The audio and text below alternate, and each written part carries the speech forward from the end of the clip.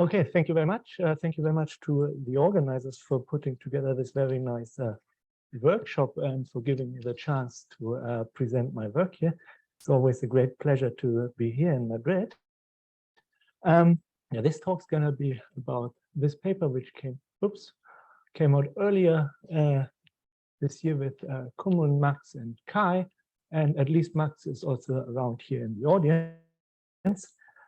So this being a swampland meeting, I should at least, I think, introduce a couple of swampland conjectures. And the two which come to mind here are, for example, the no scale separated ADS vacuum statement and the conjecture that there's no long-lived de Sitter vacua in the string theory landscape.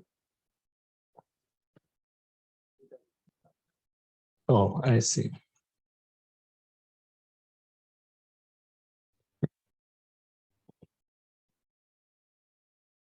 Is that better? Okay, great. Yeah, Mariana just told you what this is about, and I think that should be also fairly familiar statement. And I think the other statement about de Sitter vacua is also fairly self-explanatory. And in my mind, I mean, if you have statements or conjectures like that, an important thing to do is to look at potential counterexamples and see if either there's something wrong with the counterexamples or maybe if there's something wrong with these conjectures. And for these two conjectures, an important familiar counterexample is the KKLT scenario. So that's what I want to discuss here. KKLT scenario should also be familiar. It's usually said to consist of these following two steps. The first step is in type 2b, stabilize all moduli with fluxes and non-perturbative effects. This will hopefully give us a supersymmetric vacuum with a negative cosmological constant. And then the second step would be to uplift by introducing a, for example, anti-brane in the warp throat geometry, and to uplift that to a positive cosmological constant and to break supersymmetry. I have depicted this in this cartoon here. There's a CALABI-YAU with fluxes, which stabilize moduli, and the anti-brane, which is uplifting. However, this talk will only be about the first step, the supersymmetric ADS KKLT vacuum, very similar to Mariana's talk. And then being supersymmetry, we should actually be able to say a lot about them. So let me give you a very brief review about the supersymmetric KKLT ADS vacuum, even though I assume that they should be fairly familiar.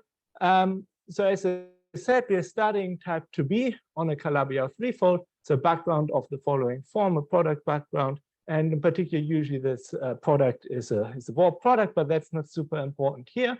And there's two classes of moduli. They're the scalar moduli labeled by H11, corresponding, roughly speaking, to the volumes of 2 and 4 cycles. And there's a complex structure moduli labeled by H21, corresponding to the volumes of 3 cycles. And in type 2b, luckily, we have 3-form field strength available, so we can switch on fluxes for them for F3 and H3 on the 3 cycles. This will hopefully fix the sizes of the 3 cycles and therefore give masses for the complex structure moduli. However, since we don't have any 2-form fluxes available, the stabilization of the scalar moduli is a little bit more tricky.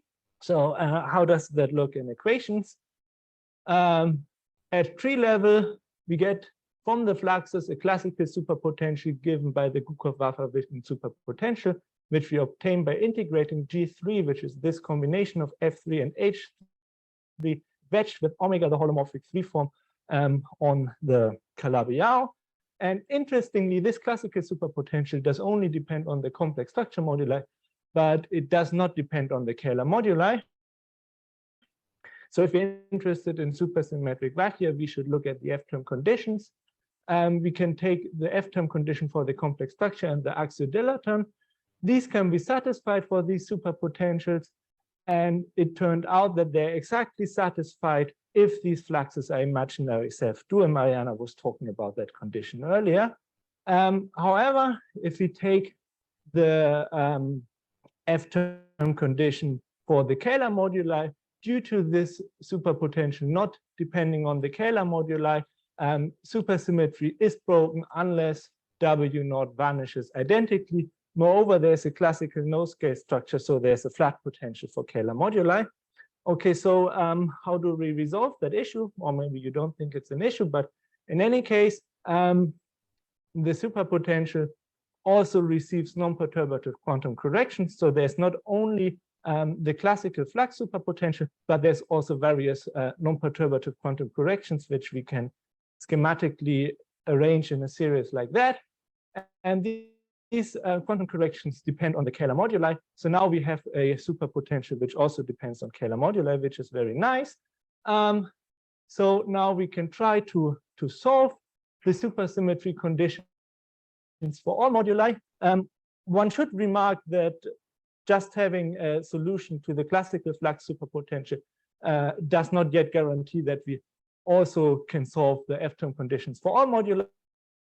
But if we assume that we can do that, if we take that and insert that into the familiar n equals to 1 potential, we get a supersymmetric ADS vacuum with a negative cosmological constant. Important point here is that we do want to have control over that construction, which means that these instanton terms should be very small, such that we can actually trust the series expansion here, which in turn also means that the ADS cosmological constant should be very small. Moreover, we also need the smallness condition to have control over the de Sitter uplift in the second step if we want to perform the second step. Okay, so we can do a very similar construction in the context of M or F theory. We can compactify M theory on a CALABI-YAU fourfold going from 11 to 3 dimensions. This is related to the previous constructions in the context of F theory. Here we again have complex structure moduli being related to the volumes of 4 cycles, and there again S and type to be stabilized by non-vanishing 4-form flux. Again, we have the classical superpotential of the following form, G4 which omega integrated over the whole CALABI-YAU, and again the superpotential receives non-perturbative corrections of the following form. So we can study supersymmetric KKLT like ADS vacuum, very similar to type 2b. We have to solve the classical F-term condition of the following form. And this again tells us that G4 should be a self-dual 4-form on the CALABI-YAU, or if you expand it in terms of cohomology, it can either have a 4,0 and 0,4 component, but also there can be a self-dual 2,2 component. Whenever we have the non-vanishing 4,0 component, which gives rise to a classical expectation value for the superpotential, we can try to balance that against the non-perturbative corrections along the lines of KKLT, which will then hopefully give rise to ADS vacuum, a supersymmetric ADS vacuum with a negative cosmological constant. Importantly, one should mention that there's also a tadpole cancellation condition of the following form, which relates this integral of G4 which G4 with the Euler number of the fourfold. And this is telling us that the amount of 4-form flux we can actually put is bounded by this Euler number, since this here is always a positive quantity. All right, so let's come to a first puzzle. Let's look at the classical Kukow-Waffer-Witten potential a bit more closely, and let's try to obtain it from domain walls. So you can obtain the classical Kukow-Waffer-Witten superpotential from compactification. It's literally just the same as the self-duality condition on the fluxes. However, you can also obtain it in a slightly different way, which was actually first observed in this paper by Kukow-Waffer and Witten. Namely, the idea is to study M5 branes on 4 cycles of the CALABI-YAU fourfold. I should say that from now on, I will exclusively talk about the M theory or F theory picture, but you can translate all the statements I'm doing here fairly straightforwardly to the type 2b picture, but it's a bit more easy to talk in that M theory language because I only have 1 4-form flux and not 2 3-form fluxes as in type 2b. So the important observation is that if I have an M5 brane on a 4th cycle and I cross that M5 brane, the 4-form flux while doing that crossing will jump from going from the left to the right of the M5 brane. Should also mention that, sorry, the number of M2 branes will jump accordingly, such that the tadpole cancellation condition will be always satisfied. So what one could do is one could consider two different flux vacua, one with a four-form flux GA, say, and another one with a four-form flux GB on the same CALABI-YAU. Of course, we have to adopt the number of M2 branes to satisfy tadpole cancellation condition. And we could try to put an M5 brane on the 4 cycle, which is dual to the class which we obtained by subtracting GA from GB from GA, or the other way around. Due to this jumping property of the four-form flux, this M5 brane will give rise to a domain wall interpolating between these two vacua.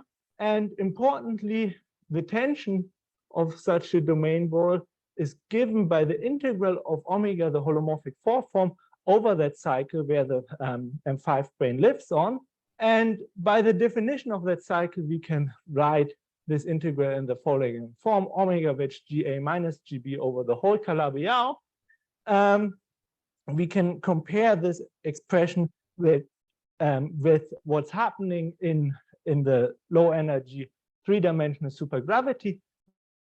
There we know when we're crossing a domain wall, actually the superpotential jumps, and the superpotential jumps by a contribution which is proportional to the tension of the domain wall. So we conclude that the superpotential should be proportional to the following integral omega which G4, which is nothing just but the familiar Gukov-Waffer-Witten superpotential. Here's a cartoon. In particular, the kind of domain walls I'd like to consider is domain walls we could call generating M5 branes. So we could set one of the two fluxes to 0. So we could try to consider domain walls where on the left-hand side we have no fluxes at all, and on the right-hand side we have some fluxes G4, and therefore on the left-hand side we generally need more M2 branes on the right-hand side, and we obtain a picture in the following way. And there is a direction which I call Z perpendicular to the domain walls, and at Z equals to infinity we hope to find the ADS vacuum we would like to study. How does that look in the three-dimensional supergravity? This was worked out in a paper by Miriam Cvetic et al. Quite a while ago. Actually, there was also recently some more interest in these kind of domain walls in the context of the SWAMPLAND problem in these papers here. So there's a very simple answers for these domain walls of the following form. We have this warp product here, and Z is again the direction perpendicular to the domain wall. And in supergravity, we can describe the tension of the domain wall by its supergravity central charge, which is given by this expression e to the k half k, the scalar potential, times the superpotential. And I think we have seen the same expression already in Irene's talk earlier today. Plugging all this into the supersymmetric equation of motions, we arrive at some attractor flow equations of the following form. If you ever studied BPS black holes in, for example, n equals 2 supergravity in 4 dimension, you see that these are actually literally the same attractor flow equations, except for the sign factor here. And we observe that this flow ends if the derivatives of the central charge vanish. And if you do the algebra, you see that this is actually the same as the F-term condition on the superpotential. So we seem to recover the asymptotic ADS vacuum far away from the domain wall at Z equals to infinity.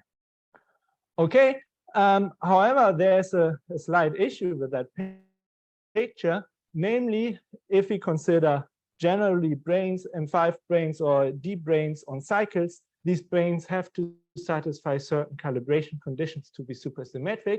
In this case, the calibration conditions for M5 branes on 4 cycles, the calibration condition, at least at the classical level, is the so-called special Lagrangian condition. Lagrangian means that the scalar form restricted to the brane, the cycle on which the brane lives, has to vanish. And special means that the holomorphic 3 form has to have constant phase on that cycle. One should mention that these special Lagrangian properties are properties of submanifolds, so of cycle representatives. However, what is a topological constraint is the existence of such submanifolds. And one can see that such SLAG representatives exist if this quantity, which is just the central charge, which I introduced earlier, actually does have an extremum, because we need an extremum for the attractor flow to end somewhere. Okay, here comes the puzzle. So we found that the attractor flow equation, if the central charge vanishes, is actually equivalent to the classical F-term condition. However, there's a slight difference. For this attractor flow condition, a critical point, so just a solution of this equation is not enough. We actually do need an extremum, meaning a maximum or a minimum of the central charge to get a sensible attractor flow, and therefore a sensible BPS M5 brane. On the other hand, W being a complex quantity, there's not much point in talking about extrema or just critical points. So to have a supersymmetric F-term minimum of the potential, just having a critical point or just having a solution here is enough, and we know that we will have self-dual fluxes. So the interesting puzzle is that apparently not every choice of self-dual fluxes is actually dual to a SLAG cycle. So not for not every self-dual fluxes there seems to exist the supersymmetric M5 brane along the lines as I just introduced it. Interestingly, this is not just an academic discussion. There was this very nice construction by the Cornell group, which generates a classical F-term vacuum self-dual fluxes, but there does not seem to exist a supersymmetric SLAG cycle on the dual cycle. I mean, this is in type 2b, but as I said, you can do similar considerations. Okay, let's discuss one caveat with that discussion. So in principle, the M5 brane tension should also receive quantum corrections.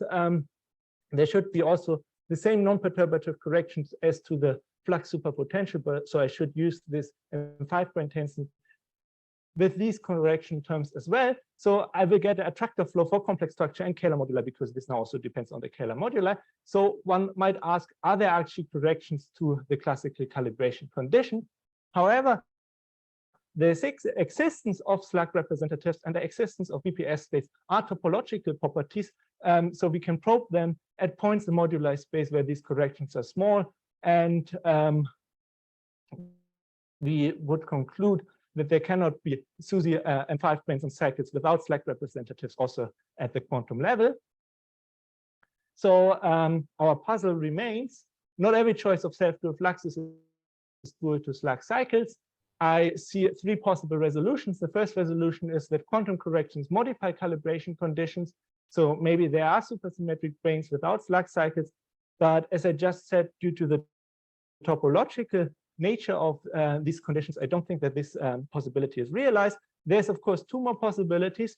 The first possibility is that just not every KKLT ADS vacuum is generated by a supersymmetric M5 domain wall. So maybe there's ADS vacuum such that there's no domain wall to zero flux. Or the third possibility is that fluxes without dual SLAG cycles do not give rise to stable KKLT like ADS vacuum. And for the remainder of the talk, I would like to take the third point of view. But if you don't like that, I think you will also not like the remainder of the talk. So let's discuss holography in KKLT. So as you know, KKLT, supersymmetric ADS vacuum with a very small cosmological constant. So there should be a holographically dual conformal field theory. And by ADS CFT duality, if there's such a holographically dual CFT, the cosmological constant of the ADS vacuum should be inverse proportional to the central charge, meaning the number of degrees of freedom of the CFT.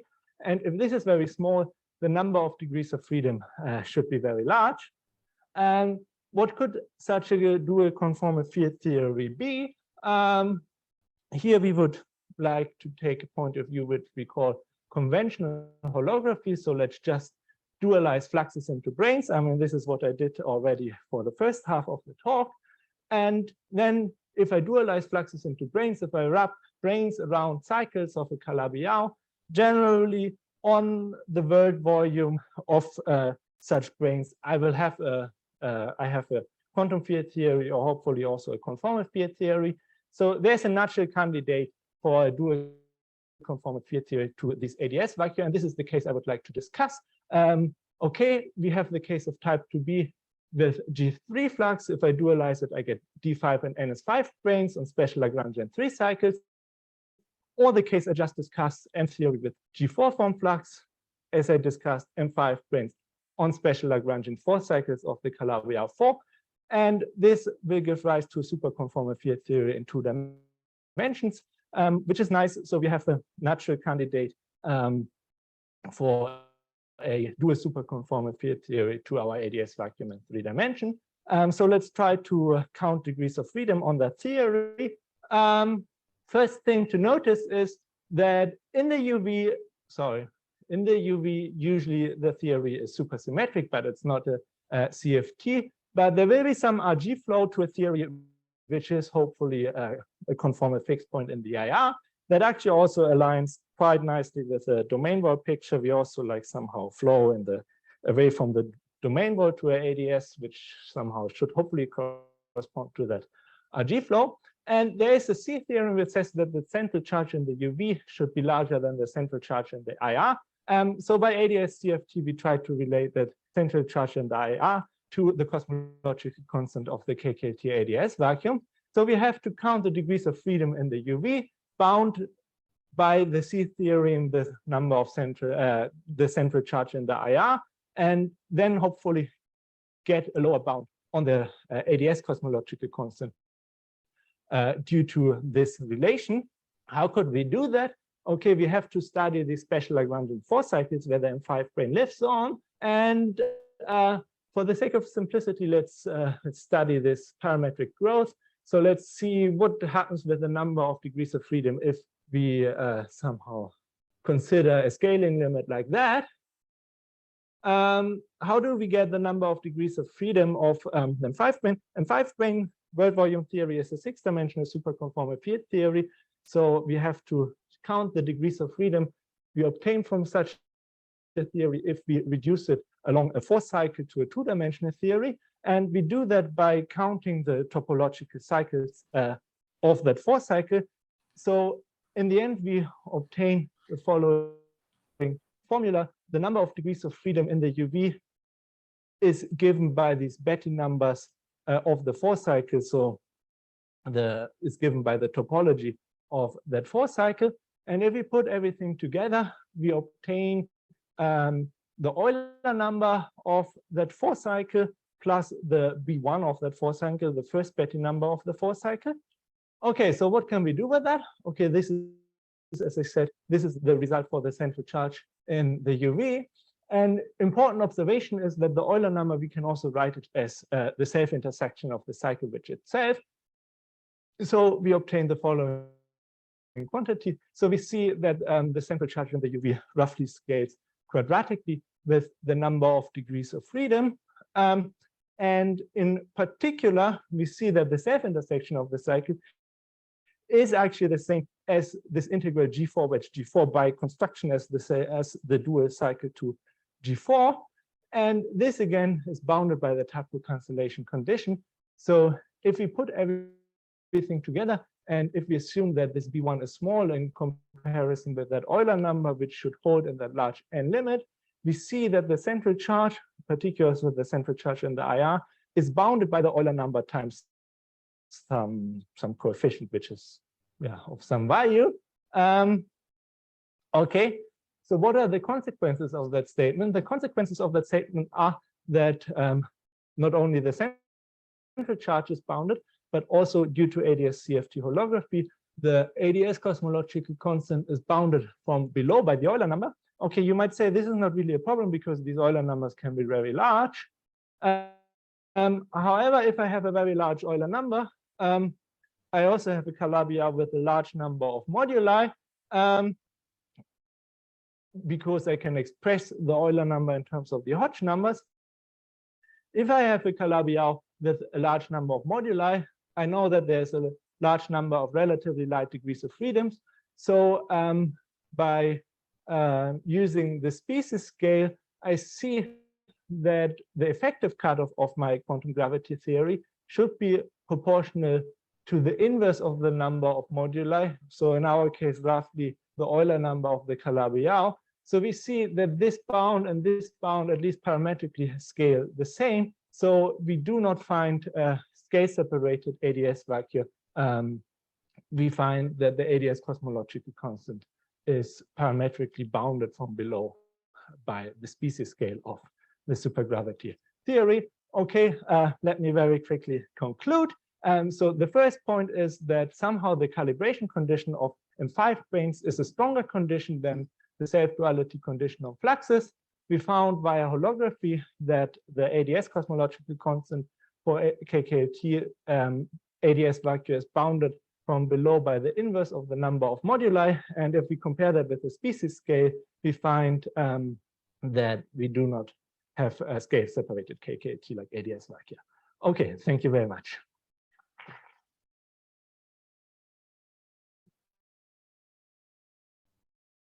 Questions? Yeah, you're on top.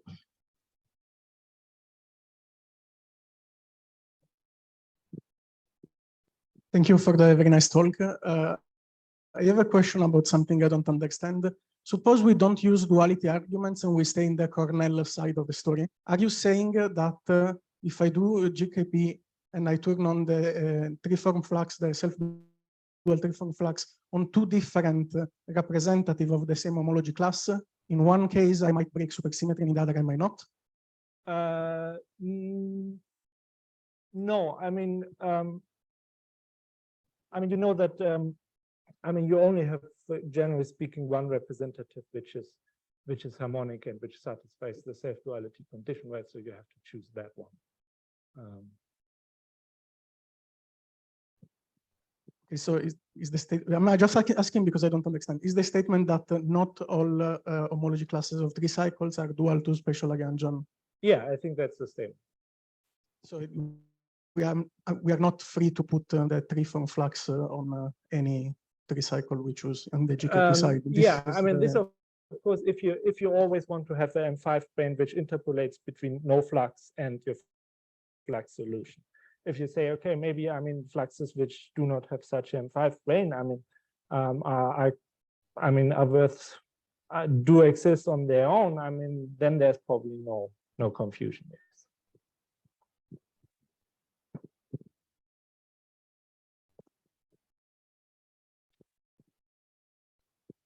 Yeah, I have a question about this relation between the calibrated cycles and the superpotential. So the relation between the two is, I would say, that is under control, very close to the domain, the brane domain wall, because as you go away, you get a large back reaction, and so the matching of the tensions may get corrected. Isn't it? I mean, that formula, no, that you use the Poincare dual of the cycle to get the corresponding change in the superpotential. I would say that it's valid really close to the membrane in your three-dimensional space, in your four-dimensional space. And then you can let the fields evolve, and eventually maybe they reach a fixed point, but then it doesn't mean that the initial tension of your membrane is equal to the final overall tension of the domain, of the complete domain wall. Okay, I'm not sure if I completely understand, but I do have to put the M5 brane on a well-defined cycle of my CALABI-YAU manifold, right? And I also have to make sure that this cycle or the cycle representative where I put it on has to satisfy calibration conditions. So I'm not sure if I look at it in the three-dimensional picture close to the domain wall and far away from the domain wall, that shouldn't make a. No, you're assuming that the final tension, if there exists a solution of the overall domain wall of flow equations, that the final tension, the complete tension of this domain wall, this thick domain wall solution, which includes possibly some contribution from the scale fields, some like they have an interior profile, so they contribute to the tension, is equal to the tension localized on the membrane. Mhm. And I'm not sure that this is really possible in general. Because they have a large back reaction for dimension 1. So Yes, yes. I would say that you cannot neglect the back reaction in evaluating matching the two tensions. You should take into account the contribution coming from the back reaction. In order to, I see. the tension, the M5 brane contribution is only one contribution, which is localized, I would say. I see. Okay. Even though I'm not sure if I mean, this is validating this topological statement of the existence of SLAG representatives. But I see your point. Thank you. Maybe I can.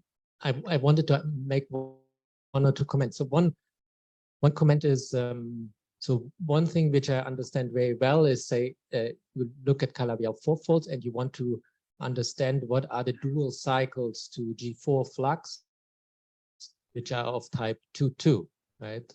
Mm-hmm. So these cycles are somewhat different to what you are looking at, but that's quite well understood. And this is already very non-trivial, and this is, so to say, the Hodge conjecture, which says that there are dual special cycles, or a better way to say it is that they're actual submanifolds. And even in this case, it's not just that there exists one submanifold, which you could wrap something around, but there are actually, in general, multiple submanifolds. And in order to really represent the dual, you would have to consider a collection of multiple branes, if you want. But these and these coefficients of these branes are not even positive, to my understanding. I see. But you're saying that this the collection of these cycles or cycle representatives would actually support a stable supersymmetric M5 brane? Conjecturally, yes. So that's the Hodge conjecture, right? That this is kind of a finite combination with some rational coefficients such that you can find actual submanifolds. So using the word cycle can be misleading, because cycles you can add up, right, with positive and negative coefficients. While submanifolds, you want to have positive volume. But you can make sure that actually an M5 brane on these submanifolds is supersymmetric and satisfies calibration conditions. I think so, yeah. And then I think what you are asking for is even more, right? You don't want to have these 2,2 fluxes, but this more general. I want not only 2,2, I also want. And then, so my question is, did you consider the case that this is not just one M5 brane, but as kind of a collection of M5 branes here? There's a fly. Unrelated to you. I mean, we did not consider this case explicitly. I mean, we did not explicitly study these submanifolds explicitly. We just assumed that they have to satisfy a calibration condition. So that could be a nice resolution to the puzzle why this is possible, because the dual is just much more complicated than just a single M5 brane. I think we should move on. There was a question by Leah. Hi. Question. Hello?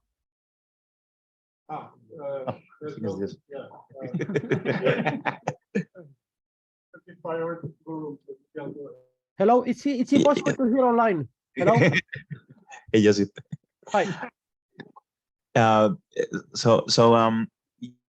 Yeah, I just wanted to follow up on this topological argument you have. You basically were saying that it seems unlikely that there's corrections to the special Lagrangian condition, because somehow the number of, if I understood correctly, something like the number of BPS states is something which is a topological invariant. Yes.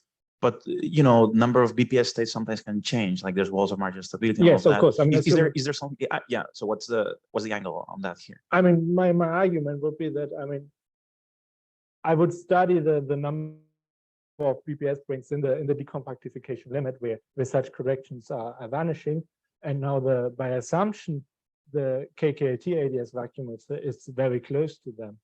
To it, I mean, by making W not arbitrarily small, I can also go basically arbitrarily small to the decompactification limit.